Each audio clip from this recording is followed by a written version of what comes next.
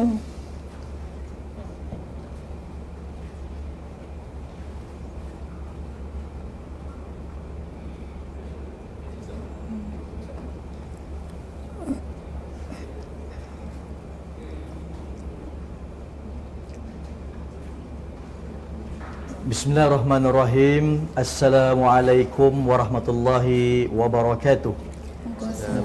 Bagi memberkati forum kita pada pagi ini, bersama-sama kita buka dengan Ummul Quran Al-Fatihah. A'udzubillahi minasyaitonirrajim. Bismillahirrahmanirrahim.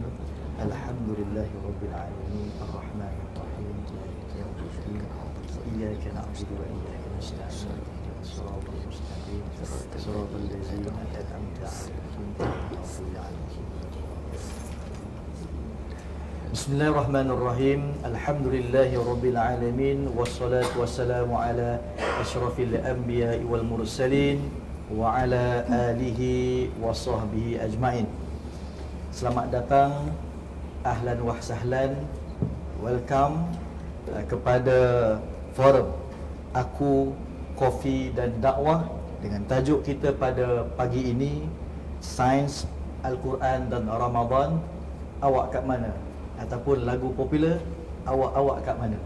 Yang nak menyanyi, tuan-tuan boleh menyanyi dalam hati.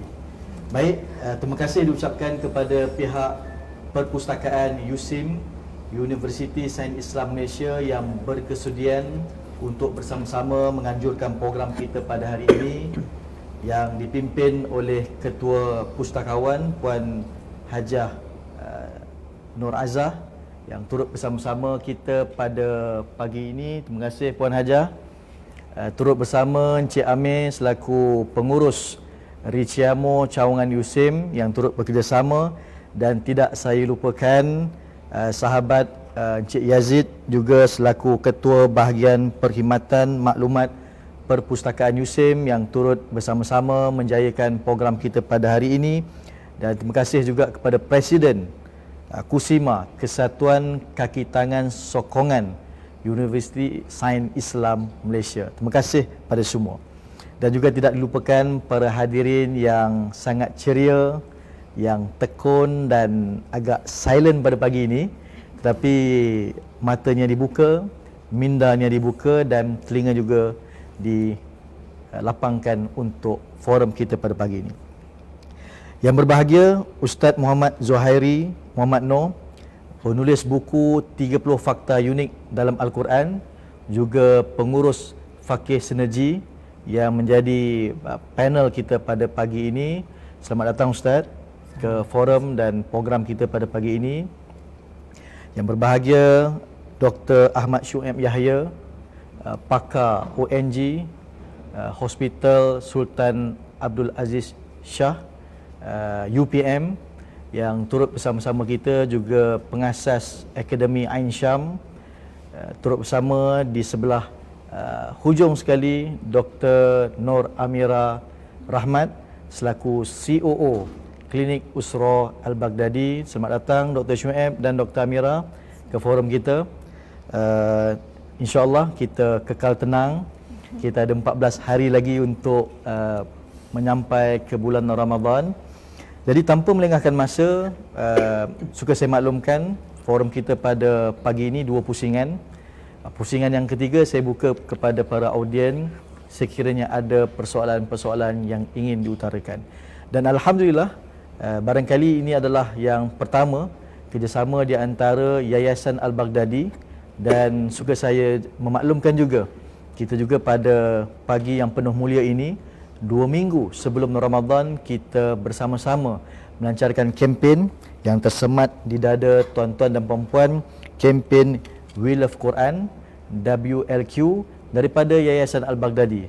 Semoga sahabat-sahabat daripada USIM, warga USIM menyambut baik kempen We Love Quran, dan Alhamdulillah 2 minggu sebelum Ramadan kita telah memulakan kempen ini bersama-sama dengan lafaz Bismillahirrahmanirrahim. Jadi tuan-tuan, Alhamdulillah yang berada di sini, selamat datang, terima kasih. Alhamdulillah kita dalam 2 minggu lagi menjelang Ramadan, kita berkesempatan untuk bersama-sama dalam forum ini. Nampaknya cukup bersedia, tempat pun cantik, hadirin juga segak-segak dan cantik-cantik belaka.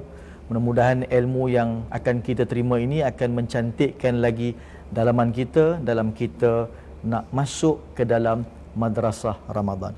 Jadi saya tidak ingin memanjangkan kalam, kerana kalam-kalam yang ingin kita dengar adalah daripada para panelis kita, daripada Ustaz Zul, daripada Dr. Shu'aib dan juga daripada Dr. Amira. Baik, kita pergi pada pusingan yang pertama. Bukan nak boxing tapi nak tanya soalan, Ustaz. Baik, soalan yang pertama, Ustaz. Tajuk kita hari ini tentang Al-Quran, tentang sains, tentang Ramadan. Tanya, awak dekat mana? Jadi kita nak memahami sedikit tentang perkara ini dari sudut language-nya yang mungkin dinyatakan dalam Al-Quran, dari sudut bahasanya yang dinyatakan dalam Al-Quran. Daripada aspek mana yang boleh kita kongsi kepada pendengar kita, sama ada yang di Dewan ini, di perpustakaan USIM ini, ataupun yang secara live dalam talian, yang menunjukkan bahawa Al-Quran itu adalah kitab rujukan yang relevan sepanjang zaman. Jadi masuk bulan Ramadan, Al-Quran diturunkan dalam bulan Ramadan. Jadi persilakan Ustaz untuk respon tentang persoalan yang pertama ini. Assalamualaikum warahmatullahi wabarakatuh. Alhamdulillah min as-sa'in. Allahumma salli ala Muhammad wa ala alihi wa sahbihi wa barik wa sallim. Moderator Tuan Haji Nazri, Dr. Shu'aib, Dr. Amira dan tuan-tuan dan puan-puan sekalian, boleh dengar suara saya? Sebab suara saya tak sekuat suara moderator. Baik, tuan-tuan dan puan-puan sekalian, untuk menjaga masa dalam 10 minit ini, Al-Quranul Karim merupakan kitab yang paling tersusun dan yang paling canggih yang telah diturunkan oleh Allah Azza wa Jalla kepada Nabi Muhammad sallallahu alaihi wasallam.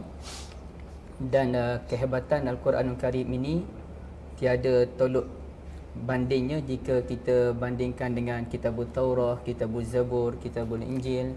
Sehingga kan ada satu hadis Nabi sallallahu alaihi wasallam menyatakan Suratul Fatihah sendiri pun merupakan surah yang paling agung dan tidak terdapat surah ini dalam kitab-kitab yang lain. Artinya kualiti yang ada dalam Al-Quran ini memang amat tinggi.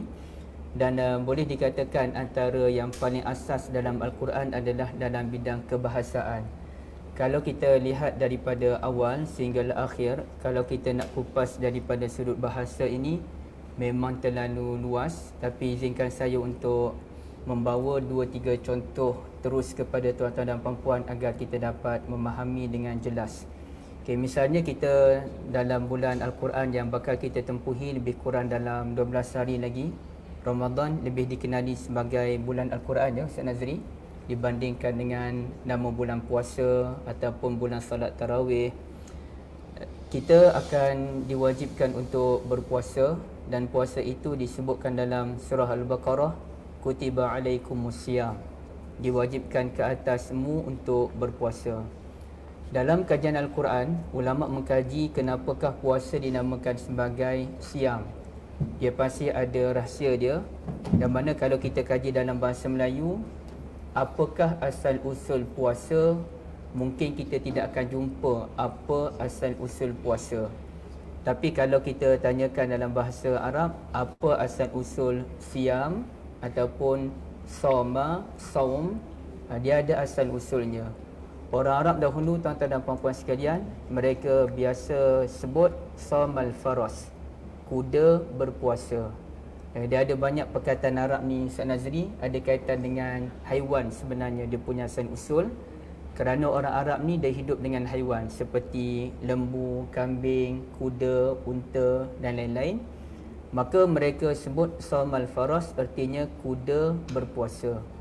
Kuda berpuasa ini kerana tabiat orang Arab pada masa tersebut, mereka bersedia dengan perang. Maka antara persiapan perang mereka adalah kuda itu sendiri, yang mana mereka akan catu makanan kuda. Mereka ada masa mereka akan biarkan kuda ini kelaparan dalam tempoh yang lama, tidak diberi makan, tidak diberi minum. Kerana apa tuan-tuan dan puan-puan sekalian? Supaya kuda ini akan betah dengan kesusahan dalam perang nanti. Jadi bila dalam perang, bukan sahaja prajurit, bahkan kuda yang dibawa perang pun akan mengalami kelaparan. Jadi kalau kuda ini sentiasa diberikan makan dalam 2-3 jam makan, 2-3 jam makan, nanti bila perang dalam tempoh 10 jam mungkin tak jumpa makanan, kuda ini akan jadi lemah dan tidak ada keupayaan.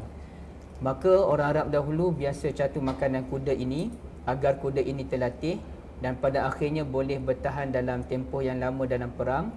Maka perkataan Saumal Faras itu dimuatkan dalam Al-Quranul Karim sama ada dengan istilah asyam dalam 3 kali ikut dalam Al-Quran ataupun saum sekali dalam surah Maryam, yang membawa falsafah kita mesti berpuasa bagaikan puasa kuda dalam membentuk jati diri yang kuat dan dalam membentuk keimanan yang lebih jitu kepada Allah Azza wa Jalla.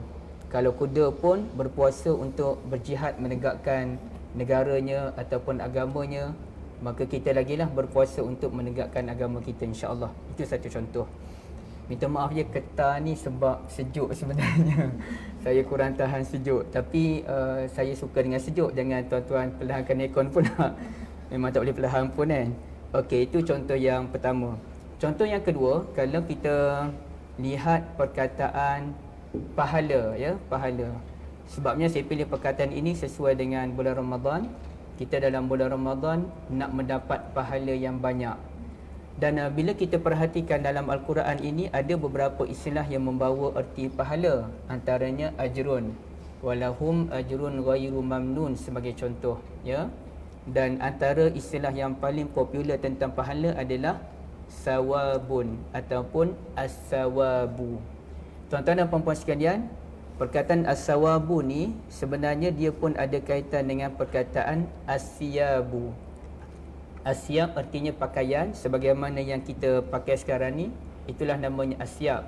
Tapi sebenarnya pakaian dalam Al-Quran dia ada dua kategori. Satu namanya al-libas, yang keduanya adalah as-siyab. As-siyab ni pakaian yang bersifat dalaman, manakala al-libas pula pakaian luaran seperti tudung yang puan-puan pakai sekarang, ataupun mungkin ada yang pakai jaket. Jaket itu dinamakan sebagai al-libas. Menariknya kalau kita perhatikan dalam suratul Kahfi, saya lupa ayat yang ke berapa, Allah Ta'ala gabungkan kedua-dua perkataan tersebut. Ketika membicarakan tentang orang yang beriman akan masuk ke dalam syurga, kata Allah, wa yalbasu nasiyaban khudran, dan mereka akan memakai pakaian yang berwarna hijau, siyaban. Dan pada penutup ayat tersebut kata Allah Azza wa Jalla, ni'mas sawabu wa hasunat murtafaqa. Demikianlah itulah sebaik-baik pahala dan sebaik-baik tempat tinggal. Jadi perkataan as-siyab ada, perkataan as-sawab pun ada. Persoalan yang dibahaskan oleh pengkaji bahasa adalah mengapakah pakaian dinamakan as-siyab, mengapa pahala dinamakan as-sawab, dan apa kaitan antara kedua-duanya? Baik. Sebenarnya ia berasal daripada perkataan saba, ya. Saba, sa, alif, ba. Perkataan saba ni artinya sesuatu benda yang berulang kembali. Oleh kerana baju tu kita selalu pakai, hari ni kita pakai, semalam pun kita pakai, 2 hari lepas pun kita pakai, esok pun kalau umur panjang kita pakai lagi. Oleh kerana kita pakai berulang kali, maka pakaian itu dinamakan sebagai asyab. Artinya benda yang pulang kembali. Dan kenapa pahala pula dinamakan as-sawab? Kerana pahala ini akan pulang kembali kepada kita di hari akhirat nanti dalam bentuk yang lebih baik, yang berganda-ganda lebih unik dibandingkan dengan dunia. Jadi kalau dalam istilah kita orang yang melabur kan Ustaz Nazri, kita mendapat pulangan yang lebih lumayan. Kalau kita melabur di sekian-sekian tempat, dalam tempoh 5 tahun, 10 tahun, kita akan dapat pulangan yang lebih lumayan. Jadi kita menggunakan istilah pulangan. Sama juga dengan pahala, pahala juga dinamakan sebagai pulangan, yakni pulangan pada hari akhirat nanti. Jadi tujuan Allah Azza wa Jalla menggunakan nama perkataan as-sawabu tu supaya kita rasa semangat. Oh, rupanya segala kebaikan yang saya lakukan ini akan pulang semula pada saya di hari akhirat nanti dalam bentuk yang lebih lumayan. Okey, baik. Itu contoh perkataan yang kedua. Perkataan yang ketiga yang perlu saya ulas secara lebih ringkas dalam tempoh 2 minit tuan-tuan sekalian.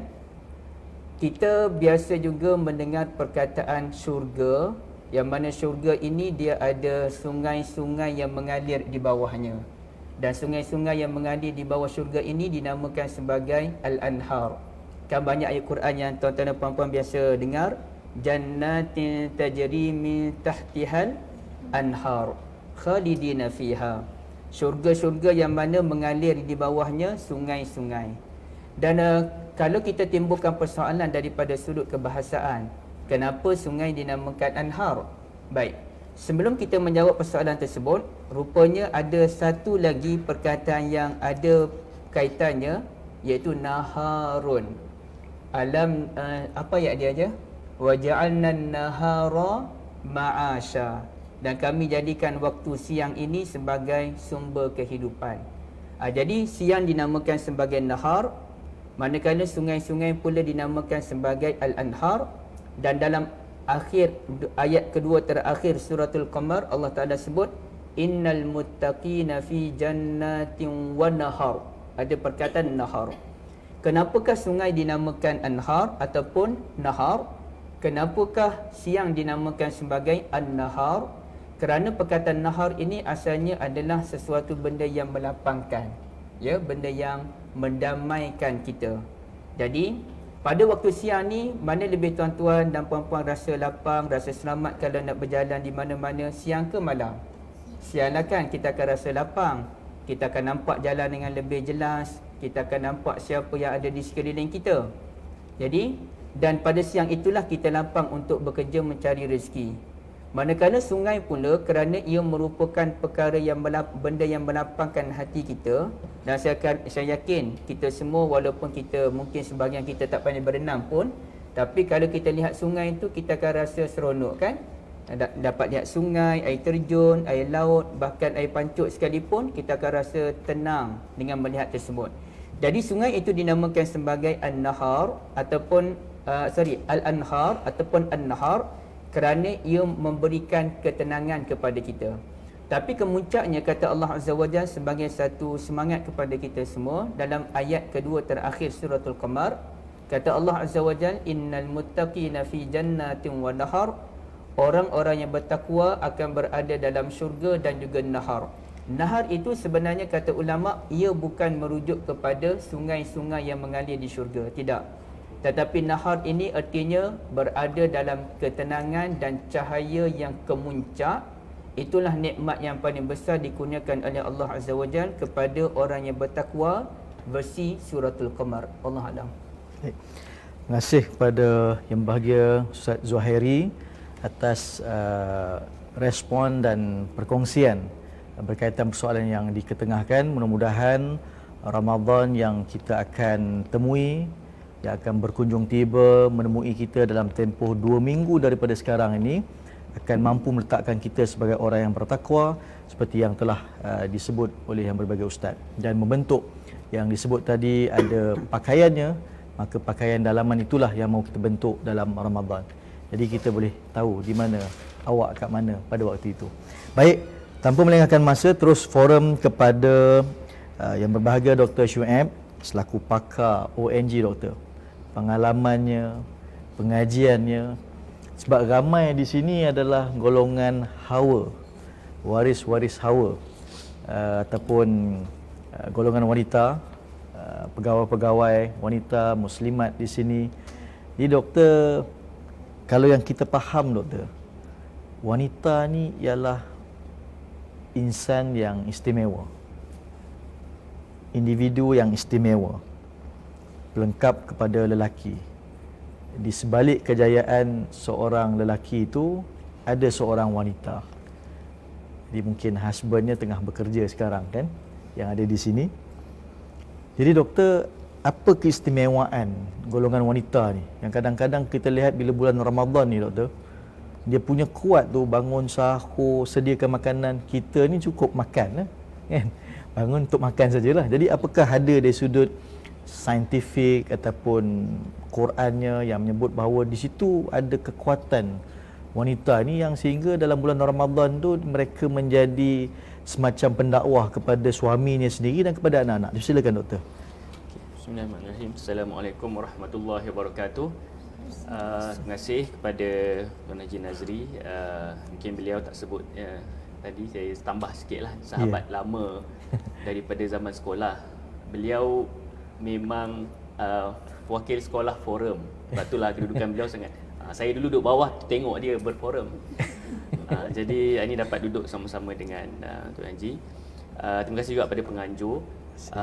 Sedikit komen dulu, saya rasa tahniah, saya nak ucapkan tahniah ke atas penganjuran program ni. Aku Kofi dan dakwah ni, kita kata saya tak pasti ikut trending ke apa ke, tapi kalau kita kata dalam revolution ke apa, boleh kata seolah-olah macam bid'ah hasanah lah.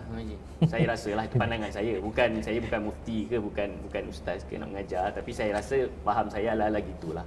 Maksudnya kita gunakan medium ataupun trending untuk kebaikan, dan saya rasa benda yang elok lah. Saya sedikit berkenaan dengan soalan tu, saya bila dapat list tu terfikir juga kenapa disoalkan. Yalah, mungkin sebab saya sendiri pakar sakit puan, perbidanan dan sakit puan mungkin, tapi saya rasa bukan itulah tujuannya. Saya rasa bila tadi sebelum start baru saya rasa logiklah soalan ni, sebab saya rasa dibuat soalan tu pun kerana yang cintakan ilmu ni biasanya kita pergi mana-mana lah, Haji kan? Wanita. Laki ni mungkin dia dah pandai, ataupun kita kata dia ada sumber-sumber lain lah, ataupun dia dengar sharing daripada isteri, daripada anak, daripada ibu di rumah tu, itu dia jadi inilah. Campur dengan ada khutbah Jumaat, yang mana kita segar-segar belaka waktu khutbah Jumaat tu. Tapi memang kalau pergi majlis mana-mana ada program dia. Kalau kita tanya orang pencen pun nak ke mana, macam mak saya pun dia dah ada dah grup dia. Grup pencen surau mana, grup pencen masjid mana. So mereka ceritakan ilmu. So itu antara satu keistimewaan dah saya rasa. Okay. Tapi yalah, soalan tu mungkin ditujukan saya nak kongsikan berkenaan dengan kita kata bidang saya. Sebenarnya kalau tengok kewujudan bidang sakit puan dan perbidanan itu sendiri, dari segi saintifik, dari segi kesihatan tu dah satu benda yang special. Kita tak ada pakar lelaki, tak ada.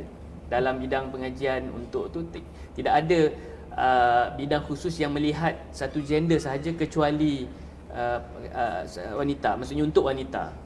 Okay, dan bidang saya lah pakar sakit puan. Memang kita ada lihat lelaki sedikit dalam klinik kesuburan, tetapi kita punya majoriti pesakit kita adalah pesakit wanita. Jadi itu sendiri dah ada satu keistimewaan. Maksudnya untuk wanita kena ada satu specialty khusus untuk melihat.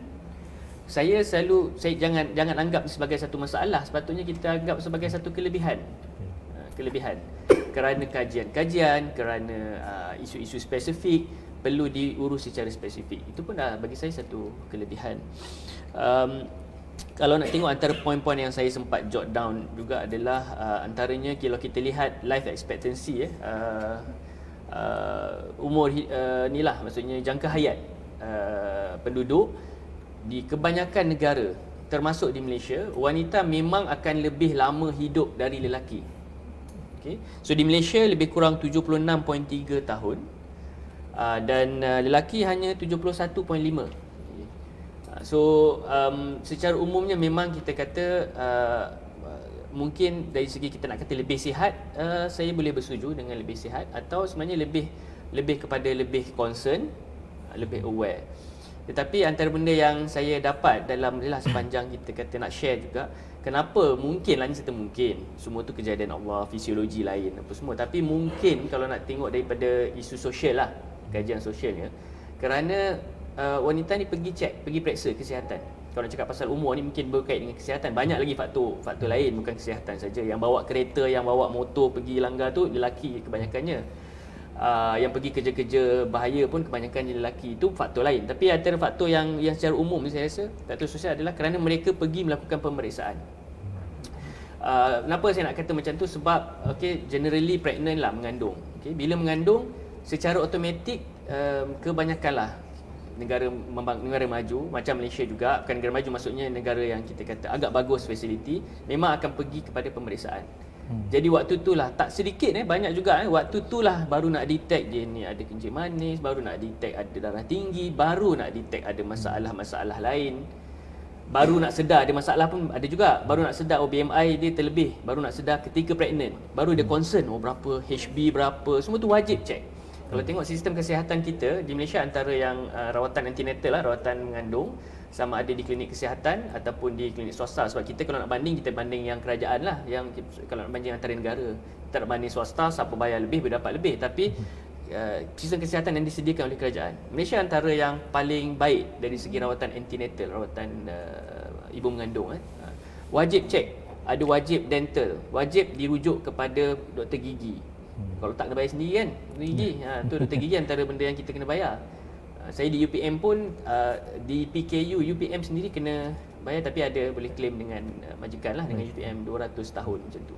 So, tapi wanita percuma, bila dia mengandung confirm ada check dental dalam senarai dia. Ambil darah wajib. So benda tu, itu antara sebab lah mungkin yang saya nampak mereka hidup lama. Lelaki ni bila Tuan Haji pergi check agak-agak? Tak tahu tu. Bila sakit lah. Bila sakit. Bila tak sedar diri ke kan. Itulah antaranya.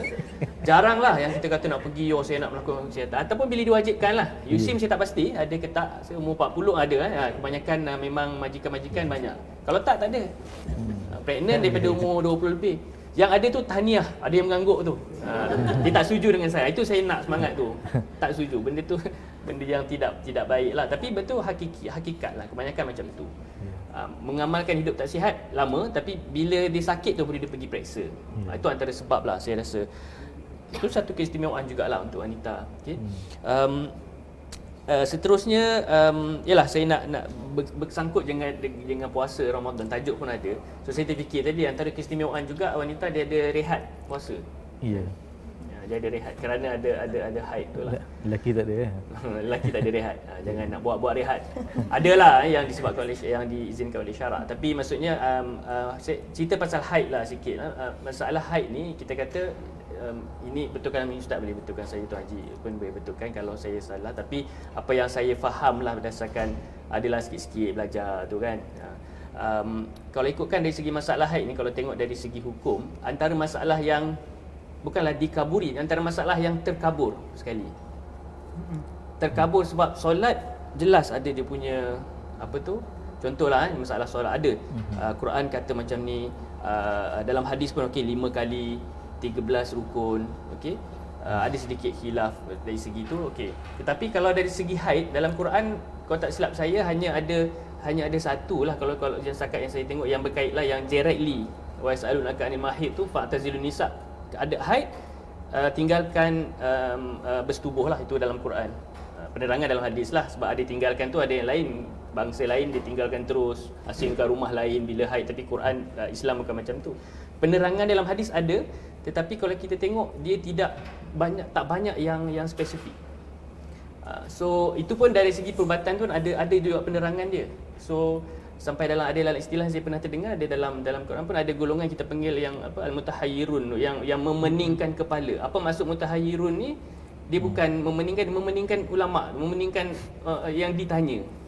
Jadi ulama cakap ni golongan mutahayyirun. Memang pening. Ada kan Ustaz dalam Amerika. So haid ni memang kebanyakannya memang dia tak ada, dia beza-beza, dia tak ada kita kata spesifik hukum yang bukan kata tak ada spesifik hukumnya ada, tapi banyaknya doktor pula kena tengok ini normal ke, istihadah haid ke, istihadah ke, itu dah beza dari segi tu. So saya nampak dari segi, nak ulas sedikit mengenai haid ni adalah satu keistimewaan, okey. Kerana haid ni adalah kalau dalam yang kita nampak antara pembuka kepada banyak penerangan atau banyak diagnosis. Maksudnya banyak penyakit-penyakit yang kita kata dia boleh kita kata suspek awalnya adalah masalah haid.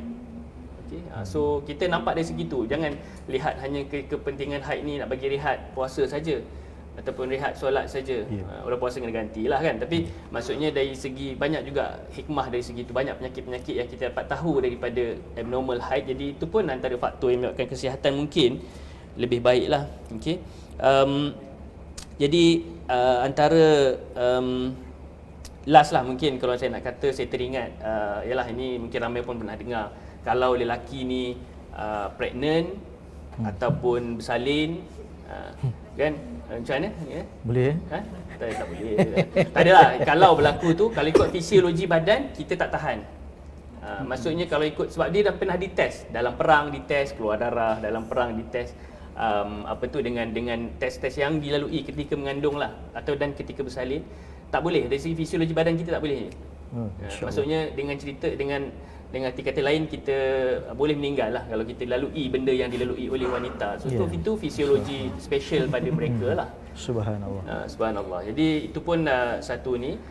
Cuma last kali saya rasa saya nak ulas dari segi, bukan nak being seksis ke apa ke, tapi adakah wanita pelengkap lelaki atau lelaki pelengkap wanita? Saya mungkin bagi soalan tu kepada Tuan Haji lah kot untuk saya bukan saya tak setuju, tapi benda tu boleh bincang. Betul ke wanita pelengkap lelaki, bukan lelaki pelengkap wanita ke, macam mana? So saya ending dengan tu lah. Baik. Terima kasih doktor, memang satu forum yang luar biasa. Selalunya moderator tanya pada panel, panel tanya pada moderator. Jadi terima kasih doktor. Tapi saya tertarik dengan poin doktor tadi bahawa kerana wanita ni ada peluang untuk mengandung kan, untuk melahirkan anak. Jadi itu menyebabkan check up kesihatan tu lebih kerap. Jadi kalau mengikut data pun menunjukkan secara faktanya wanita itu usianya lebih lanjut berbanding lelaki. Lelaki ni banyak yang mungkin meninggal terkejut kan, sebab jarang nak buat pemeriksaan kesihatan. Jadi ingatan untuk diri sendiri dan kepada warga lelaki yang mendengar secara live dan juga di library ini, kita kena beringatlah menjelang Ramadan ni bolehlah buat check up kesihatan, kerana memang faktanya lelaki tak mengandung, tak ada buat check up untuk mengandung. Dan kalau disebut oleh doktor tadi, kalaulah dicuba uji kan, tapi kalau ni takkan berlaku kerana memang kita sudah ditentukan oleh Allah Subhanahu Wa Taala secara fitrahnya, seperti yang kita faham sekarang bahawa ibulah yang akan melahirkan anak-anak. Tetapi disebut tadi kalau secara fisiologinya untuk lelaki menanggung apa yang dialami oleh golongan wanita itu, maka dari sudut kata sehingga nyawa itu menjadi gadaian yang tinggi. Walaupun kita faham untuk ibu-ibu juga ada risiko itu, tapi kalau lelaki memang selalu fail lah mungkin kalau berdasarkan faham yang ada itu. Jadi baik, kita pergi kepada panel wanita. Kalau doktor tadi tanya pada moderator siapa pelengkap siapa, mungkin doktor sebagai wanita, doktor pengalamannya mungkin tidak dalam keluarga, mungkin melihat dalam konteks wanita itu. Saya tak beri pada soalan Dr. Syuaib tadi, tapi saya ada soalan dia. Jadi kalau doktor nak ulas pun boleh juga. Dari sudut panduan pesakit ni doktor, mungkin dalam bulan Ramadan kadang-kala ada penyakit yang memerlukan penjagaan kesihatan yang berterusan. Mungkin ada ambil insulin dan sebagainya, ada penyakit-penyakit kronik, ya, diabetes dan seumpamanya. Jadi berdasarkan pengalaman doktor, jadi bagaimana ini ditangani dan diuruskan ketika bulan Ramadan?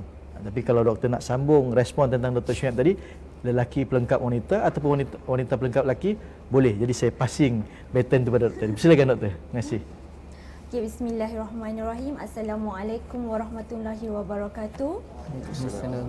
Terima kasih kepada penganjur Ustaz Nazri sebagai moderator dan kepada semua penonton yang sudi hadir dan dapat luangkan masa hari ini. So ini adalah persediaan untuk kita menuju ke Ramadan ataupun bulan puasa. So soalan tadi tu saya KIV, sebab soalan tu ada berada di kepala ataupun kepada penonton kita lah. Nanti saya pelik sekejap, soalan dijawab dengan soalan, ditanya semula kan. Tapi tak apa, itu KIV lah. Okey, berbalik kepada soalan lah tadi. So apa rawatan ataupun tips untuk orang yang ada penyakit yang berterusan ataupun penyakit kronik. So saya berada di klinik swasta. Jadi orang yang datang ni sama ada penyakit yang kronik ataupun yang tiba-tiba. Jadi apa rawatan yang terbaik ataupun nasihat yang terbaik untuk orang yang ada penyakit yang berterusan seperti kencing manis ataupun darah tinggi. So bagi saya sangat setuju dengan Dr. Syuaib tadi. Penilaian ataupun check up yang berterusan, at least orang yang berumur 30 tahun ke atas ataupun 40 tahun ke atas perlu dibuat secara berkala lah. at least setahun sekali untuk yang tiada penyakit. Ini adalah screening. Okey, bukannya dah sakit baru datang. So penyakit tu sendiri boleh di-prevent. Okey, macam kencing manis, darah tinggi, okey. Kita panggil penyakit 3 serangkai lah. Okey. So bila saya berada di klinik kesihatan, klinik swasta, memang kebanyakannya yang datang memang perempuan. Yang lelaki ni yang dah memang ada sakit ataupun bila kita tengok keputusan dia punya result dia tu dah memang perlu di-refer dah. Kebanyakannya macam tu. Tapi yang perempuan ni dia umur 30 tahun ke atas bila datang tu okey lagi. Kan daripada situ pun kalau dah ada pun borderline pun result dia tu dah boleh di-prevent. Kita dah boleh dah nasihat apa yang sepatutnya perlu dibuat. Okey. Tapi kalau dah ada dan nak menghadapi Ramadan, so pertama sekali apa yang perlu kita buat adalah penilaian dan pergi ke klinik ataupun klinik kesihatan untuk dapatkan nasihat yang terbaik. Terutamanya orang yang kencing manis dan memakai insulin. Okey. Selalunya diorang ni ada dos-dos diorang tertentu. Maksudnya 34 unit, 24 unit kan. Berbeza bila Ramadan, sebab Ramadan ni kita berpuasa daripada pagi sampai ke petang. Tak ada makanan yang masuk ke dalam badan kita. Okey. Bila cocok, insulin tu akan berterusan dalam badan. Jadi apa yang berlaku, badan kita akan hypoglycemic ataupun hypoglycemia. Gula dalam badan terlalu rendah. Itu yang akan menyebabkan kita jadi unconscious, lemah dan tak berdaya lah. Okey. So pergi ke klinik kesihatan, doktor-doktor ataupun pakar diet yang sebaiknya lah. Diorang akan tengok sejarah pesakit, dia akan tengok reverse balik dan akan bagi nasihat apa yang sepatutnya buat. Selalunya diorang akan turunkan dia punya unit ataupun dos ubat ataupun insulin tu sendiri. Okey. Even orang yang anoreksia, yang ada penyakit eating disorder, okey, diorang ni takut nak makan. So sebab tu jadi kurus sangat. Itu pun ada rawatan tertentu. Okey. So dia ada SOP masing-masing lah ikut keadaan pesakit tu sendiri. Okey. So yang kedua adalah hikmah sebelum Ramadan, iaitu bulan Rejab dan Syakban. Kan kita digalakkan dan disunatkan untuk berpuasa kan. So bila kita berpuasa walaupun tak penuh, at least Isnin Khamis, jadi itu adalah kita punya preparation, persediaan kita untuk menghadapi Ramadan supaya badan kita ni tak terlalu terkejut. Okey. Sebab selama ni makan pagi, minum pagi, satu hari 5 kali lah. Kan, sarapan, minum pagi, tengah hari, minum petang, makan malam, cukup. Okey. Jadi badan kita sentiasa dapat makanan. Bila bulan Ramadan, okey, kita tak cukup kita punya tenaga, tak cukup. Jadi perut tu terkejut. Okey, sebaiknya digalakkanlah. Itulah hikmahnya bulan Rejab dan Syakban. Jadi yang ketiga, sebab semasa Ramadan pula sebaiknya ambil makanan yang glycemic index yang rendah. Apa glycemic index yang rendah? Contohnya adalah buah-buahan, sayuran, banyakkan. Dan juga banyakkan minum air. Okey. So itu bukan untuk orang yang kencing manis dah tinggi saja, untuk semua orang yang tak ada penyakit pun. Okey. Ambil glycemic index yang rendah. Alright. So yang keempat adalah kalau kita jenis yang memang ada kencing manis, sebaiknya lah, selalunya orang yang insulin ni dia ada kita panggil dia alat untuk cek gula tu. So digalakkanlah untuk cek gula selepas berbuka dan juga sebelum sahur tu, waktu sahur, selepas sahur tu. Okey, cek gula. Kalau bacaan gula tu terlampau rendah, okey, ketika berpuasa sebaiknya bukalah puasa. Sebab Islam ni tak kejam. Islam ni ada rukhsah dia. Okey, kalau tak dapat berpuasa, boleh diganti dengan hari yang lain untuk orang yang ada penyakit kan. Jadi kita sendiri ataupun individu tersendiri perlu cakna keadaan diri masing-masing. Okey, sebab kita tahu kita larat ataupun tidak. Even orang yang mengandung, okey, pun ada rukhsahnya tersendiri. Okey, kena fikir untuk individu dan juga anak yang dalam kandungan tu. Okey. Jadi saya rasa itu saja untuk preparation sebelum Ramadan ni. Okey. Terima kasih. Baik, terima kasih Dr. Amira yang telah pun berkongsi tentang persiapan dianjurkan memakan buah-buahan dan seumpamanya. Sebelum kita memasuki pusingan yang kedua, jadi pastikan setiap daripada peserta dan hadirin yang hadir pada pagi ini pertama telah pun menerima senaskah Al-Quran bersaiz A4 terjemahan daripada Yayasan Al-Baghdadi. Yang keduanya, sebab sebelum puasa boleh minum pagi kopi kan. Jadi dengan tajan Encik Amir Usim, terima kasih pada Encik Amir yang mewakili RC Usim, kupon untuk 30 peserta yang terawal. Kalau yang lebih daripada 30 orang tu boleh bertemu dengan pihak RC sendiri. Dan yang ketiganya, sebiji button button We Love Quran kan, untuk dibawa semangat kempen mencintai Al-Quran. Jadi selaras dengan kempen yang hari ini kita ketengahkan ini, yang berbagi Ustaz tentang We Love Al-Quran.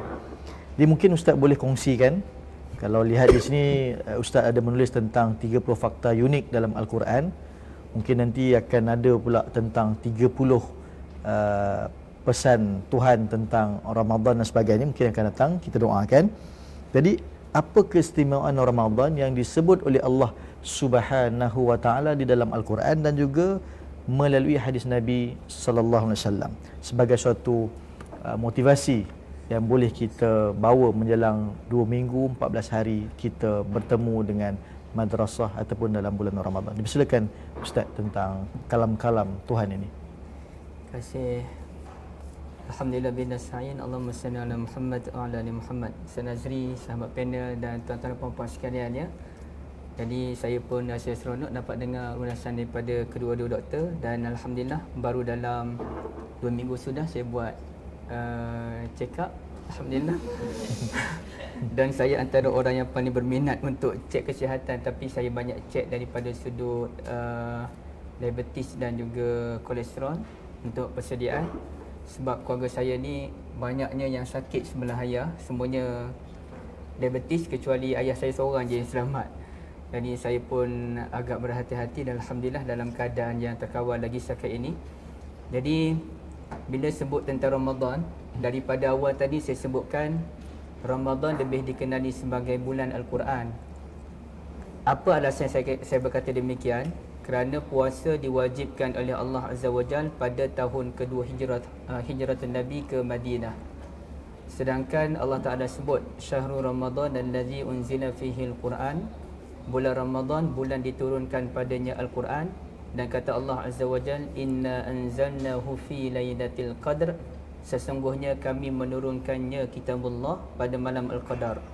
Jadi lama sebelum puasa disyariatkan, lama sebelum solat tarawih itu disunnahkan, Al-Quran telah pun dikaitkan dengan bulan Ramadan. Sebab itu lebih sesuai kalau kita namakan Ramadan sebagai Syahrul Quran, bukannya Syahrul Siam. Boleh dipanggil bulan puasa, cuma lebih sesuai dan lebih tepat kalau dipanggil bulan Al-Quran. Dan rupa-rupanya dalam 12 bulan yang diciptakan oleh Allah Azza wa Jal, inna iddatash syuhuri indallahi 12 syahran fi kitabillah. Ada 12 bulan diciptakan oleh Allah dan Allah Ta'ala tak letak nama sebenarnya. Hanya ada satu nama sahaja yang disebutkan dalam Al-Quran, iaitu bulan Ramadan, Syahrul Ramadan tadi. Maka ulama pun berbahas panjang tentang kenapakah Ramadan dinamakan Ramadan, ya. Sebagaimana kalau kita tanyakan juga kenapa Syuaib dinamakan Syuaib kan dalam Al-Quran, wa ila madyana akhahum Syuaiban. Dia ada satu kajian yang begitu mendalam membahaskan nama-nama tokoh dalam Al-Quranul Karim, ya. Kenapakah tuan-tuan ni ada nama masing-masing? Dalam bahasa Arab dia ada falsafah dia, dan tapi kalau bahasa tu bahasa Al-Quran dia lagi mendalam. Maka di situ ada dalam 3 ataupun 4 pendapat ulama, rasanya 4 kot, dalam mengkaji apakah asal usul Ramadan. Biasanya ulama sebagaimana disebutkan oleh Al-Qurtubi ataupun Ar-Razi, At-Tabari, Ramadan ni dia ada kaitan, dia asal daripada Ar-Ramda' ataupun Ramda'u. ar-ramda. Ramda ni artinya benda yang panas. Kerana ia merujuk kepada cuaca yang begitu panas dalam bulan Ramadan, maka Qurtubi pun menimbulkan persoalan. Apakah falsafah panas dengan bulan Al-Quran ini? Kerana panas yang membakar itu telah membakar dosa-dosa yang kita kerjakan selama ini. Baik. Namun definisi itu walaupun ia definisi yang paling masyhur, bahkan di Malaysia pun kita biasa terdedah dengan definisi tersebut. Definisi tersebut telah diragui oleh beberapa pakar bahasa. Kerana apa tuan-tuan dan puan-puan sekalian? Kerana kalau kita kata Ramadan ibarat sesuatu yang panas dan membakar dosa-dosa yang kita lakukan, adakah sesuai kita nisbahkan Ramadan, amalan-amalan umpama membaca Al-Quran, salat tarawih, qiyamul lail dengan benda yang panas? Sedangkan saya yakin tuan-tuan dan puan-puan sekalian tidak suka benda yang panas kan? Kita kerja pun aircon. Hatta boleh dikatakan semua surau di Lembah Kelang ni pergi solat subuh pun aircon dah. Sesuatu benda yang tidak ditemui pada tahun 2007, 2006, 2005, lebih kurang dalam 2008 rasanya. Bermulanya sejarah aircon dipasang pada waktu subuh di surau. Seingat saya dalam tahun 2007, 2008, lebih kurang begitulah. Dan tuan-tuan dan puan-puan yang rahmat Allah, maka ada seorang pakar bahasa yang saya lupa adakah namanya Al-Jauhari ataupun Al-Azhari menyatakan Ramadan berasal daripada perkataan Ramaq. Ar-Ramaq, bukannya Ramda tapi Ramadu, yang bererti hujan yang turun pada akhir musim panas. Saya lupa catat masa. Okey, baik. Ramadan merupakan hujan yang turun pada akhir musim panas. Negara Arab ni dia ada dua musim je. Musim panas dengan musim nak kata musim sejuk pun tak juga, tapi kita namakanlah musim sejuk. Jadi pada akhir musim panas tu ada hujan yang akan turun, tujuannya untuk membersihkan bumi daripada kotoran debu panas dan juga untuk memberikan kesejukan kepada penduduk-penduduk negara Arab. Jadi kalau kita faham Ramadan merupakan hujan, ia lebih sesuai. Artinya amalan-amalan yang kita lakukan dalam bulan Ramadan ibarat hujan yang akan membersihkan diri dan kalbu kita daripada kotoran dosa yang kita lakukan selama ini. Berdasarkan daripada pemahaman tersebutlah, kita pun mengambil semangat bahawa bulan Ramadan ni kita mesti jadikan ia sebagai hujan yang menenangkan. Bukan sahaja Ramadan itu yang menenangkan, bahkan kita juga menenangkan dan mendamaikan orang lain. Sebagai contoh, kalau kita perhatikan satu hadis yang disampaikan oleh Ibn Abbas radhiyallahu anhuma. Abbas ni artinya singa yang amat-amat bengis, singa yang digeruni oleh segala singa yang lain. Kata Ibn Abbas radhiyallahu anhuma, kalau tak silap sajalah memang daripada Ibn Abbas, Nabi SAW begitu berlaku satu perubahan yang mendadak dalam diri Nabi di bulan Ramadan. Antaranya Nabi amat-amat pemurah setelah datangnya Jibril. Setiap malam Jibril alaihissalam akan datang tadarus Al-Quran dengan Nabi SAW. Setiap kali bertemu Jibril, berlaku perubahan dalam diri Nabi. Nabi makin rajin, Nabi makin pemurah. Dan pemurah Nabi itu, kata hadis tersebut, seperti angin mursalat. Maka bila disebut angin mursalat, ulama pun membahaskan apa maksud angin mursalat. Ada yang kata angin yang berhembus secara umum, yang mana bila angin berhembus semua orang terkena angin tersebut. Sama ada orang tu orang kaya ke, orang miskin ke, orang ada pangkat, orang tak ada pangkat, semuanya mendapat tiupan angin tadi. Artinya pemurahnya Nabi Muhammad SAW ini semua orang dapat kebaikannya. Namun ada satu ulasan yang begitu baik menurut pandangan saya, iaitu mursalat ini bererti angin yang memberikan manfaat. Yang mana kalau dia terkena tanaman-tanaman, tanaman itu akan menjadi subur. Kalau dia terkena badan kita, ia memberikan kesihatan kepada badan kita. Artinya sedekah Nabi SAW itu merupakan sedekah yang bermanfaat, sebagaimana hujan yang turun di akhir musim panas yang memberikan manfaat kepada bumi dan juga penduduk bumi. Dan ulama menyatakan falsafahnya kita perlu memberikan sesuatu yang memberikan manfaat, bukannya sedekah tu ikut dan je. Yang mungkin doktor boleh berikan ulasan. Saya sendiri tidak bersetuju dengan budaya moreh berlebih-lebihan selepas solat tarawih, kerana ia bukan budaya yang sihat. Sebab itu kita tidak mampu untuk menurunkan kg di bulan Ramadan, kerana setelah kita menurunkannya di siang hari, kita menambahkannya semula dalam 3 period, ya, iaitu masa berbuka, masa moreh dan masa bersuhur. Jadi sedangkan kita hanya berpuasa tu hanya pada waktu siang je. Jadi dia tak akan berkurang. Bahkan kita akan jadi pelik, kenapa makin bertambah? Dan di 1-2 Syawal penambahan itu nampak gaya makin mendadak kan. Jadi saya melihat kita nak tak nak kita mesti jadi seperti hujan tadi, hujan rahmat yang memberikan kedamaian. Tuan-tuan dan puan-puan sekalian, kemudiannya kalau kita perhatikan ayat-ayat tentang bulan Ramadan itu dalam surah Al-Baqarah, saya lupa ayat yang keberapa. Kata Allah Azza wa Jalla, wa iza sa'alaka ibadi anni fa inni qarib. Apabila hamba-hambaku bertanyakan tentangku, aku ni jauh ke aku berada dekat, sesungguhnya aku berada dekat. Ayat tadi ia diapit oleh ayat tentang Ramadan. 3 ayat sebelumnya tentang Ramadan dan 1-2 ayat selepasnya pun tentang Ramadan lagi.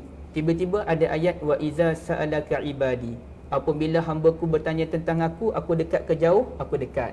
Ujibu da'watad da'i idza da'an, aku mengabulkan permintaan orang apabila berdoa. Satu benda yang aneh yang ditemui oleh para pengkaji Al-Quran ini adalah kalau dalam mana-mana ayat yang ada unsur pertanyaan, pasti Allah Ta'ala meminta Rasulnya sallallahu alaihi wasallam untuk memberikan jawapan.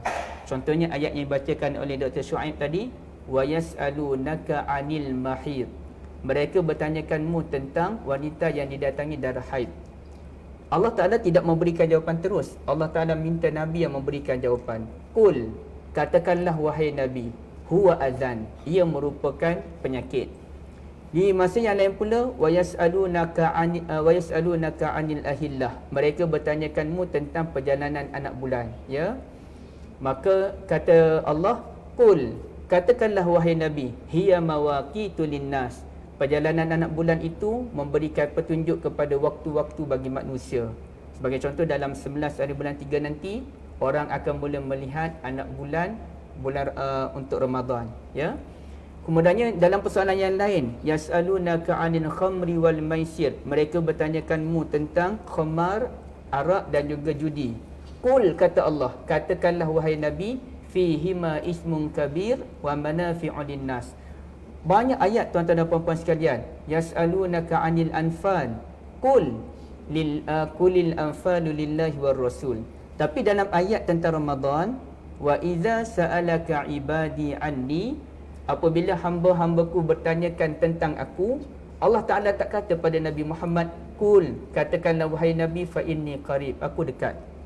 Tidak. Sebaliknya Allah Ta'ala terus memberikan jawapan, fa inni qarib, sesungguhnya aku dekat. Jadi kata ulama, ini kerana tidak lain dan tak bukan, hubungan kita dengan Allah Ta'ala di bulan Ramadan itu makin lama makin dekat, makin dekat, makin dekat. Kan Nabi SAW pun kata di bulan Ramadan ini, sesiapa yang berpuasa, sesiapa yang qiyamul lail dengan penuh keimanan dan penghayatan, diampuni dosa-dosa yang lepas, pintu syurga dibuka, pintu-pintu neraka ditutup. Maknanya hubungan kita dengan Allah Ta'ala makin rapat. Oleh kerana hubungan seseorang hamba itu, insya-Allah kita semua ni makin rapat dengan Allah Ta'ala, maka Allah Ta'ala tak perlu Nabi SAW yang berikan jawapan. Allah Ta'ala yang direct memberikan jawapan kepada kita. Allah Ta'ala. Baik, terima kasih pada Ustaz Zuhairi. Maka kalau ditanya pada kita bulan Ramadan ini awak kat mana, maka kita perlu melihat apa yang disebut oleh Allah Subhanahu wa Ta'ala dalam Al-Quran itu, bahawa kita harus takarub ila Allah, mendekatkan diri kepada Allah Subhanahu wa Ta'ala. Jadi yang penting dekat dengan Allah, dengan KG kita bertambah. Berkurang. Jangan KG bertambah. Jangan bertambah. Jangan KG bertambah, kan? Itu pesan daripada ustaz tadi, kan?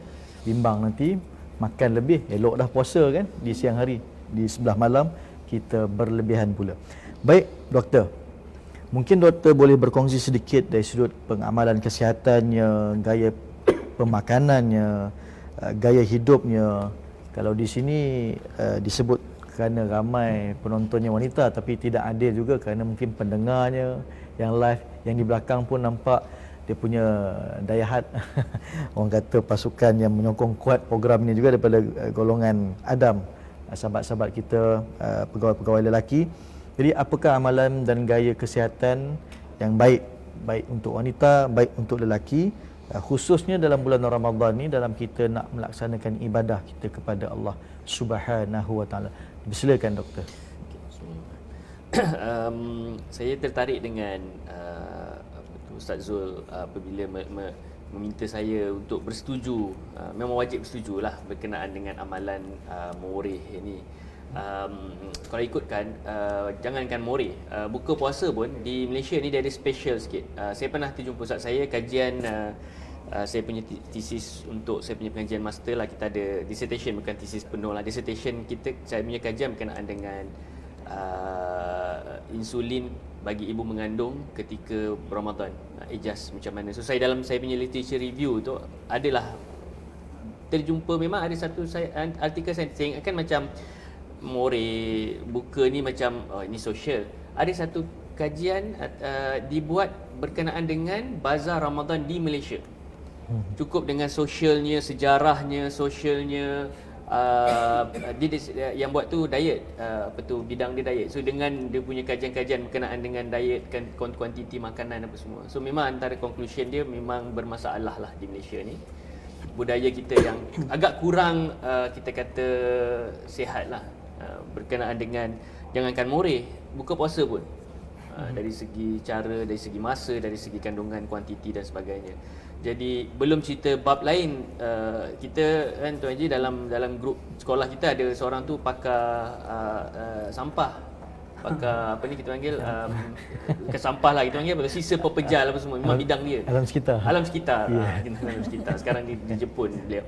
So memang dari segi kajian sampah ada dah banyak orang buat kajian pun berapa tan makanan sehari dibazirkan ketika, dan nilainya tak salah saya triple. Secara umum Malaysia banyak buang makanan dengan pasar malam apa semua tu. Dia punya tunya triple. Dia punya kita kata ketika Ramadan pengutip sampah ataupun pihak majlis semua mendapati meningkat 3 kali ganda.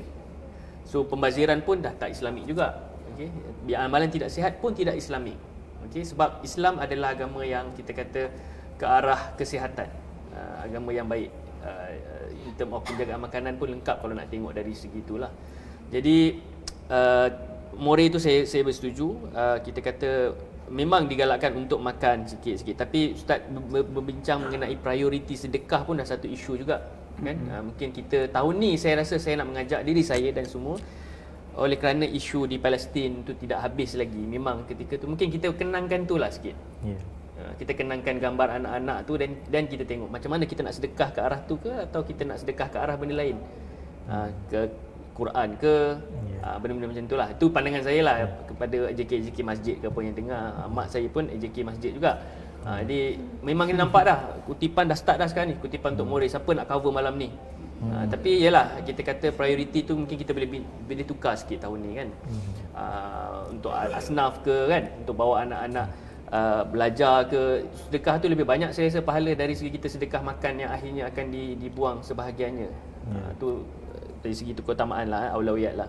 Okey, lari sikit, minta maaf lah sebab diseru tadi bab Moreh tu. Tapi saya rasa berkait soalan tu berkenaan dengan penjagaan kesihatan. Saya plan actually bila tengok senarai tu, saya kata soalan kedua ni bagus. Saya nak tumpu satu benda saja berkait dengan bidang saya juga.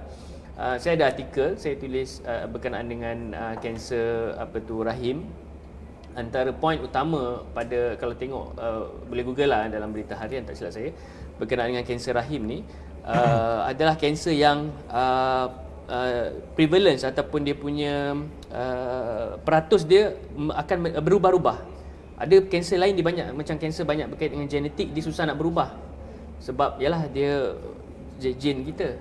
Selagi kita tak campur jin kita dengan binatang ke apa ke, kita manusia-manusia. Tapi ada sebahagian kanser yang dia akan berubah kerana ada banyak faktor boleh ubah dekat situ. Kita ada faktor risiko, dia ada faktor risiko tak boleh ubah, ada faktor risiko boleh ubah. Seperti yang boleh ubah ni macam merokok, BMI, obesity dan sebagainya, cara hidup. Jadi kanser rahim ni memang diprojected, memang disangka akan meningkat dan memang dah meningkat banding dia daripada morbidity survey yang lama 2007 kalau tak salah saya. Sekarang yang latest kita ada 2012, 2016 tengah nak baru keluar. Dia punya rate tu meningkat dari salah saya 3 point something per 100,000, sekarang dia jadi 5.5 dan ranking dia dah meningkat, ranking kanser rahim ni. So trend ni kanser rahim dia meningkat, dia akan meningkat sekali dengan trend obesiti. Saya nak fokus tajuk tu je, obesiti je. Ada beberapa kanser yang berkait dengan obesiti, bukan semua kanser. Beberapa kanser berkait dengan obesiti. So obesiti ni bukan setakat kencing manis, darah tinggi, sakit jantung saja. Dia punya risiko memang ada bab kanser, antaranya kanser rahim, kanser payudara, juga kanser untuk lelaki, kanser prostat. Okay, dan ada beberapa lagi kanser yang kurang associated. Tapi yang sangat kuat association dia adalah rahim dan juga payudara lah. Sebab dia berkait dengan hormon dan juga sel-sel lemak. Jadi saya nak fokus itu saja, saya dah cukup berkenaan dengan Ramadan kan.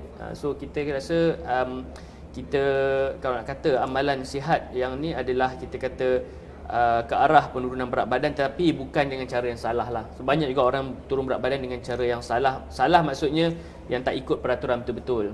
Okey, maksudnya kalau kata nak kurangkan makanan pun dia kena kurangkan tapi seimbang. Bukannya kurang sampai kita berpenyakit sebagai contoh. Okey.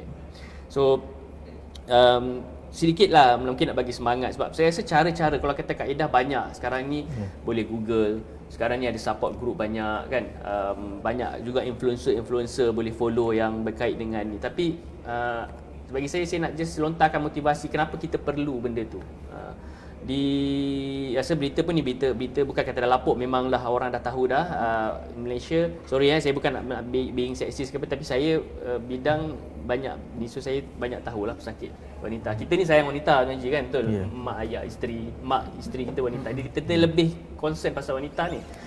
Jadi wanita Malaysia adalah pemegang juara in term of obesity di Asia. Okey. Asia Tenggara kita nombor 1 lah. Memang ada kan, kalau tengok surat khabar tu ada gambar tu, gambar saiz dia.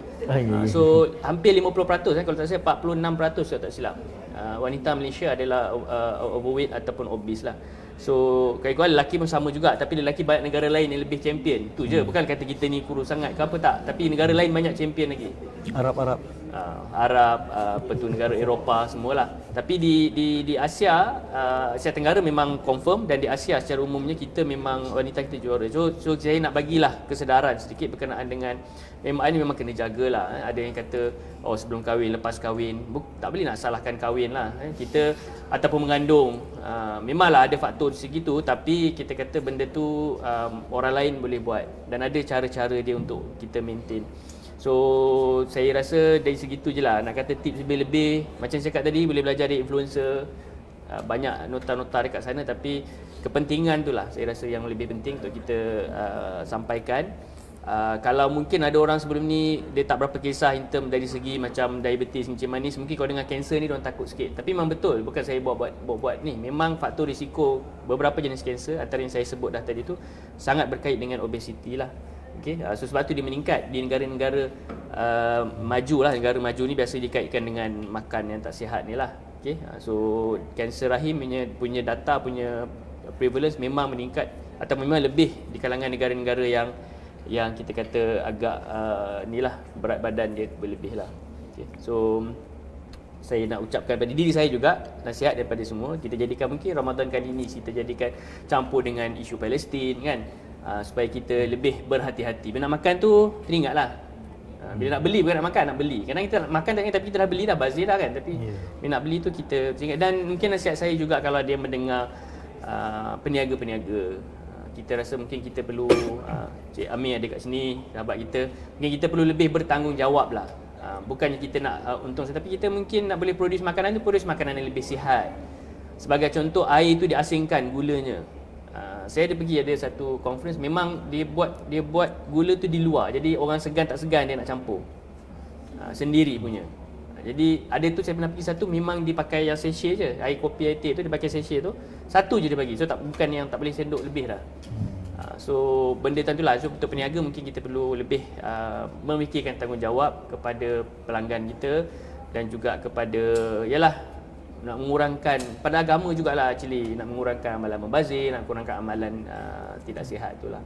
Ada hadis kan kalau tak silap yang orang mukmin yang kuat atau lebih sihat tu lebih mulia dari yang tidak sihat. Itu kan saya tak pasti semua hadis doa apa, tapi benda tu yang diwar-warkan lah. Tapi kalau tak pakai hadis pun in term of kesihatan sama juga, kita bagi advice yang of course nak masuk tentera yang lebih sihat, yang lebih itu, yang normal BMI baru masuk tentera kan. Macam itulah. So okey, biasa tu dululah.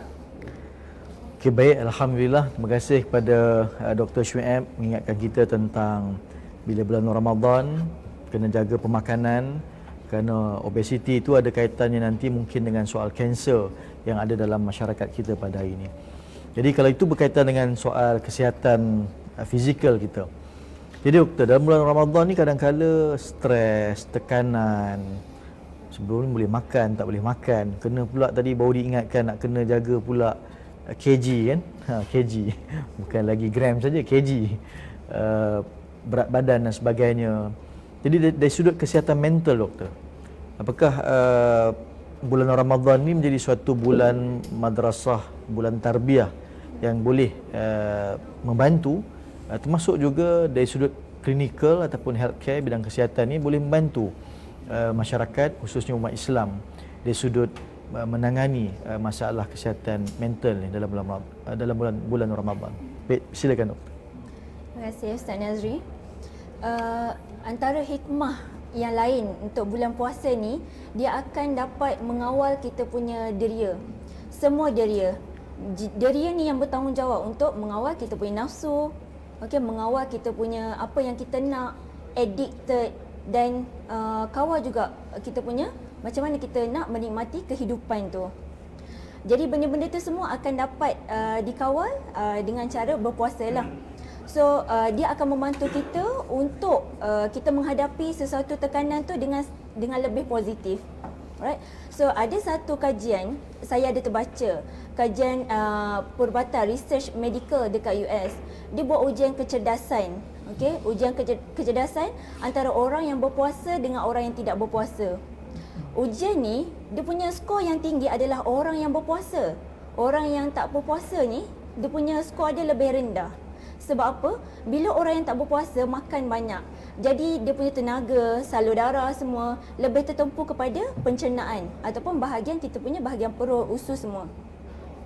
Jadi bila kita berpuasa, kita punya salur darah semua tu tertumpu di bahagian otak. Okey, so kita akan lebih dapat tenaga, energi. Tak payah bulan puasa lah, kita pun bila waktu lunch nanti tengok semua masing-masing lepas kenyang dah long lie dah dekat meja office kita kan. Ataupun bila dengar lepas ceramah ke seminar ke, lepas lunch je masing-masing dah terlentok dah. Bukan perut je penat, mata pun penat juga kan. So itu adalah contoh yang lebih dekat lah. Jadi bila bulan puasa ni, penyakit seperti anxiety, depression memang dapat banyak manfaat daripada bulan Ramadan ni.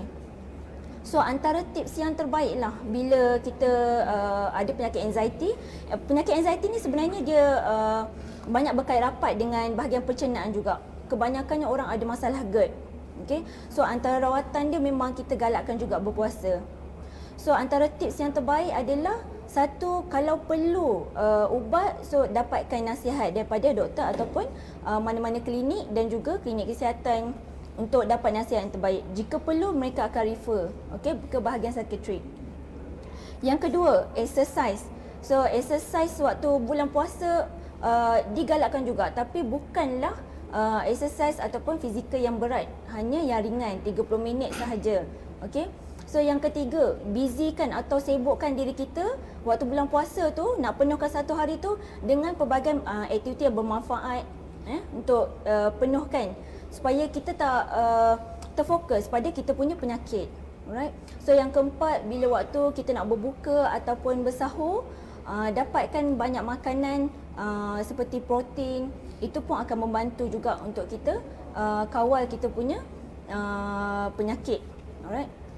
So orang yang ada dan dia berkait rapat juga dengan orang yang obesiti ni, waktu bulan puasa adalah waktu yang terbaik untuk turunkan berat badan. Okey. Tapi memang kena penjagaan betul lah. Kena jaga diet, kena jaga exercise tu, dan kalau perlu memang medication ataupun ambil ubat. Okey. Dan bila waktu bulan puasa, orang yang obesiti ni berat badan dia turun, secara psikologinya mereka ni akan gembira, seronok. Okey, seronok sebab turun berat badan walaupun 1 kilo, 2 kilo, benda tu pun akan meningkatkan kita punya kesihatan mental. Okey. So bagi saya bulan Ramadan ataupun berpuasa ni adalah waktu terbaik untuk kita jaga semua benda. Penyakit sama ada anxiety, depression, kencing manis, kolesterol.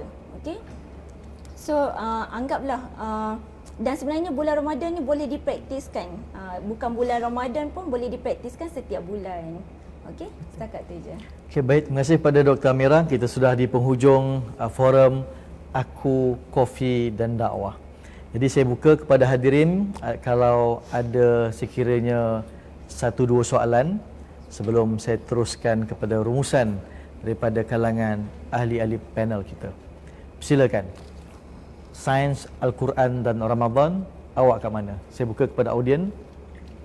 Jika ada persoalan, ada 1-2 soalan. Sekiranya ada. Ya, sila Puan. Saya Normala daripada Pusat Pengurusan Pendidikan dan Inovasi. Saya nak tanya pada Dr. Amira berkaitan dengan diabetes tadi. Saya ada diabetes dengan darah tinggi. So, waktu yang terbaik untuk makan ubat tu sebenarnya kalau macam bulan puasa kita akan makan waktu pagi kan? Bukan bulan puasa. Tapi kalau bulan puasa tu sebenarnya kita makan waktu sahur ataupun kita makan waktu berbuka. Ataupun sebelum buka makan ubat dulu atau makan dulu baru makan ubat. Waktu yang terbaik. Okey, so dia actually soalan ni dia bergantung kepada keadaan seseorang. Okey, satu kena tengok berapa HbA1c dia. Okey. Yang kedua, dia punya dos. Ini depends kepada berapa HbA1c juga. Maksudnya untuk kencing manis lah. Sebab dah ditentukan dah. Ada yang 2 kali, ada yang sekali. Okey. Ada yang sekali, ada yang 2 kali. Depends kepada dia punya HbA1c ataupun result tu lah. Okay. So saya lebih suka pergi semula kepada doktor yang merawat, tanya ataupun sebaiknya macam mana dia punya. Kalau betul waktu pagi, ambil waktu pagi sebelum ni, boleh ambil. Mungkin dosnya direndahkan. Okay. Ataupun waktu malam pun sama juga. Dia depends kepada seseorang, condition seseorang tu. Sebab tu saya punya yang pertama tadi, pusingan yang pertama tu kena dapatkan semula penilaian. Kadang-kadang 6 bulan lepas HbA1c 10, tinggi dos. Mungkin 6 bulan selepas tu dia punya HbA1c dia dah rendah dah. Adakah perlu dos yang sama? Okay. So bergantung kepada seseorang tu. Okey, baik. Terima kasih doktor. Nanti doktor boleh berhubung ataupun patient boleh berhubung dengan doktor kan, insya-Allah, ataupun peserta. Yang terakhir, kalau sekiranya ada, saya buka yang terakhir untuk Aku, Kofi dan Dakwah. Silakan tuan.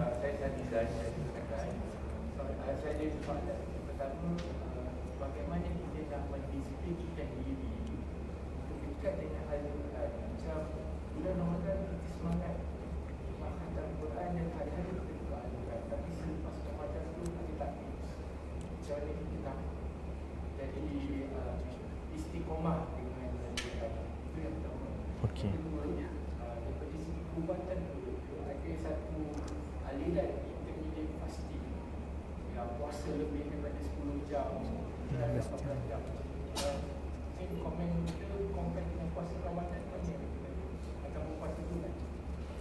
Okey, baik. Terima kasih kepada tuan yang bertanya. Nampaknya ada 2 soalan. To be fair kepada panel kita, Dr. Amira telah menjawab.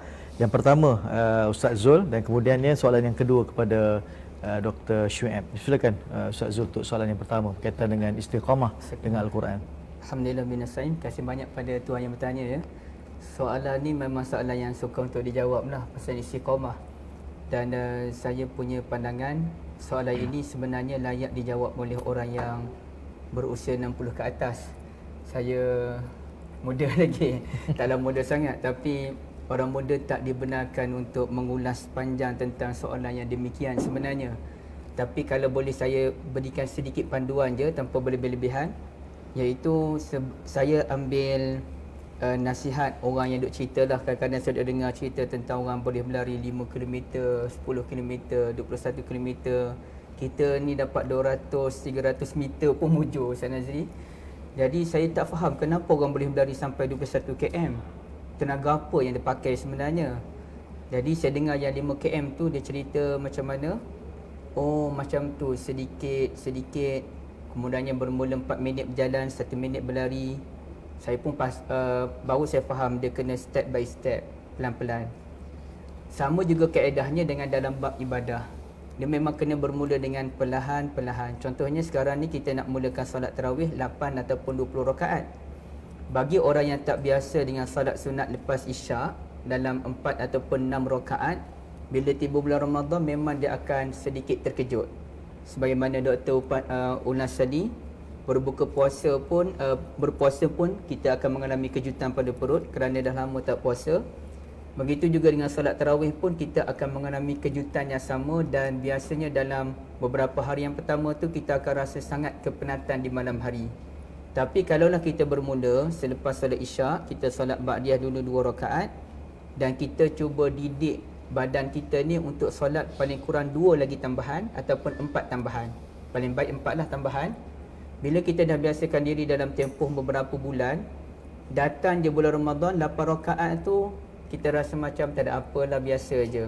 20 mungkin rasa berat sedikit, tapi alang-alang kita dah biasa dengan banyak tu, tambah sedikit tu tidak ada isu bagi kita. Sama juga dengan Al-Quranul Karim, memang ia perlu dididik sedikit demi sedikit, kena ada disiplin. Contohnya kita buat disiplin, paling kurang aku nak baca Al-Quran 2 muka surat sehari.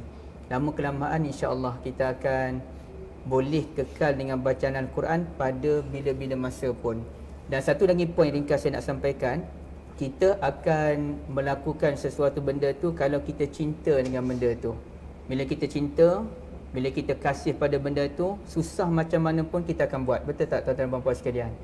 Okey, sebagai contoh, kalau kita cinta kepada solat sunat subuh, bangunlah lewat macam mana pun, bangun-bangun dah pukul 7 sekarang ni, lambat lagi subuh nak habis, dalam 25 minit lagi kita akan dahulukan dengan solat sunat subuh, barulah kita solat subuh. Kerana kita dah angau dengan solat sunat subuh. Ke mana-mana pun kita teringat dengan solat sunat subuh tadi kan. Maka begitu juga dengan Al-Quran. Kalau kita dah bercinta dengan Al-Quran dan Al-Quran tu sahabat baik kita, maka kita tidak akan tenang kalau kita tidak membaca Al-Quran walaupun sedikit pada setiap hari. Allah Allah, gitu. Baik, terima kasih Ustaz Zul untuk soal istiqamah dengan Al-Quran. Dipersilakan Dr. Syuaib untuk yang perkara soalan yang kedua. Apa tu yang ditanya berkenaan dengan IF lah, intermittent fasting tu. Ianya salah satu daripada ada banyak kaedah. Even dalam IF pun apa yang saya faham lah, saya tak pernah mengamalkan dan baca-baca, tapi yang saya dengar tu, even dalam IF tu mazhab IF pun dia ada banyak dia punya tu huruf-huruf dia. Kalau qiraat tu dia ada yang an tu dia ada banyak lagi, apa tu torik apa semua kan. Jadi benda tu semua kita kata banyak dalam kaedah diet lah, ada yang buat ketone lah, ada macam-macam. So semua tu ada kajian dia masing-masing. Cuma apa yang point bila kita jumpa benda yang banyak-banyak macam ni, so point dia adalah masing-masing mungkin ada kaedah yang sesuai untuk masing-masing, dan tak semua benda sesuai untuk semua orang lah. Sebagai contoh, kalau nak buat macam IF, even puasa kita lebih kurang 13 jam setengah lah dekat Malaysia, lebih kurang. Secara umum tak ada beza sangat, setiap tahun lebih kurang macam tu, 13.5. So itu sendiri pun tak semua orang boleh melaluinya. Contoh kalau macam ada orang memang dia ada radang perut, gastritis, bahasa pasar dia gastrik lah, orang panggil semua gastrik, angin dan sebagainya. Tapi kalau katalah dia ada certain memang ada penyakit gastritis atau ulcer, jadi dia mungkin tidak sesuai untuk puasa pun dalam tempoh yang lama. So termasuk juga IF lah, tak semua orang kita kata sesuai, tapi dia salah satu kaedah yang ni lah. Nasihat saya boleh dapatkan nasihat daripada macam pakar pemakanan, dan mungkin ada grup-grup juga, kita boleh cubalah. Tapi kalau nak menjawab adakah itu lebih baik ataupun puasa sunat lebih baik, of course dia puasa sunat tu dia dah ada sangkutan lain, dia dah ada bab pahala, bab ibadah dekat situ kan. Walaupun saya punya pegangan, kita tidaklah mengambil ibadah tu sebab ada faedah lain. Of course dia ada banyak faedah, tapi kita beribadah kerana itu perintah Allah lah. So, contoh macam orang cakap Quran dan sebagainya lah. Oh, kita ni Quran ni betul, ni kan, sebab fakta sains ni lah, dia bukti daripada Allah. Of course kita nak dakwah kepada orang, berkaitan dakwah, kita nak dakwah pada orang bukan Islam boleh. Tapi kalau kita nak jadikan point tu untuk kita baru kita beriman, Dan saya rasa tak sesuai lah, sebab kita beriman dulu, sebab itu perintah dulu. Kita buat ibadah, perintahnya. Faedah dia akan datang lepas tu. Kita nak gunakan point tu untuk dakwah, okey lah. So bagi saya, kalau tanya saya, dan bila kita buat tu, kita ada sangkutan ibadah, walaupun poin asal untuk berpuasa tu la'allakum tattaqun, tapi faedah-faedah lain tu menyusul lah, antaranya kesihatan mental, kesihatan badan.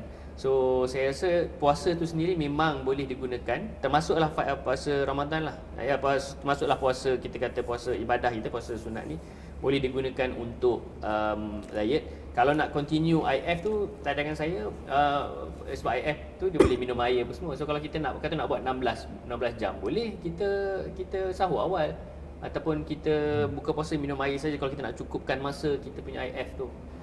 So kalau tanya saya ringkas, pendapat saya lah, benda tu ada puasa, amalan kita ni dia ada sangkutan ibadah kat situ. Jadi kita sesuaikan untuk ikut masa tu. Niat utama ibadah, tapi yang kedua tu manfaat kesihatan tu akan datang lah, insyaAllah.